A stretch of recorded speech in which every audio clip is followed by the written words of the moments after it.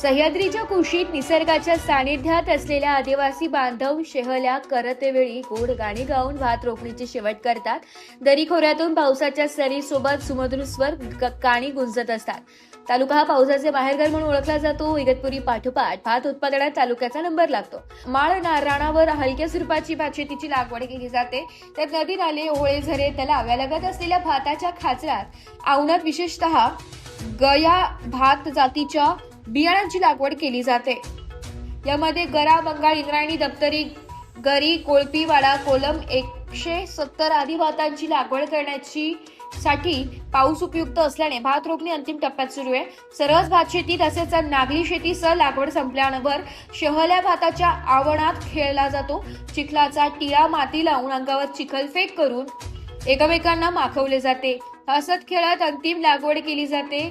गऱ्या भातशेतीची लागवड करताना तसेच इतर वेळी आदिवासी बांधव श्रमपरिहाराकरिता दिवसभर काबाड कष्ट मेहनत जाणू नये यासाठी लग्न गीते, शेतीची गीते, भाऊ बहीण, पशुपक्ष्यांचे वर्णन, इंद्रदेव, पाणदेव, कणसरा माता, अन्नदेवतांची आळवणी या गीतांमधून ऐकायला मिळते. चंद्र, सूर्य, शंकर, पार्वती, देवदेवतांच्या गुणवर्णात्मक गाणी गायली जातात. भात रोपणीची गीत ही निसर्गाने आदिवासी बांधवांनी दिलेली मौखिक देण आहे.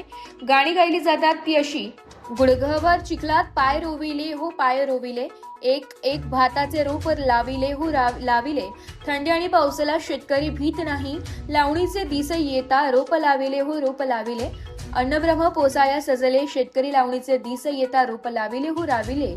हे गीत अजूनही पावसाळ्यात पावसाच्या सरी अंगावर घेऊन भातरोपणी कामाच्या वेळी गायले जाते. यातून श्रमसंस्कृतीवर आधारित जीवन जगत असताना स्वतःला परिश्रम विसरले जातात.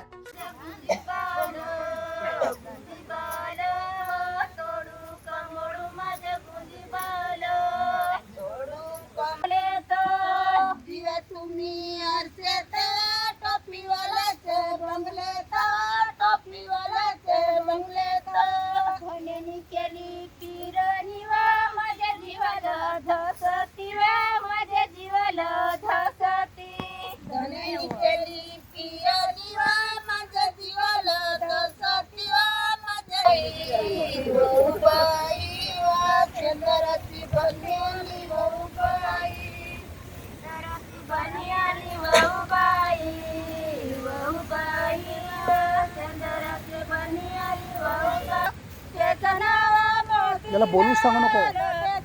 बोलूच नको.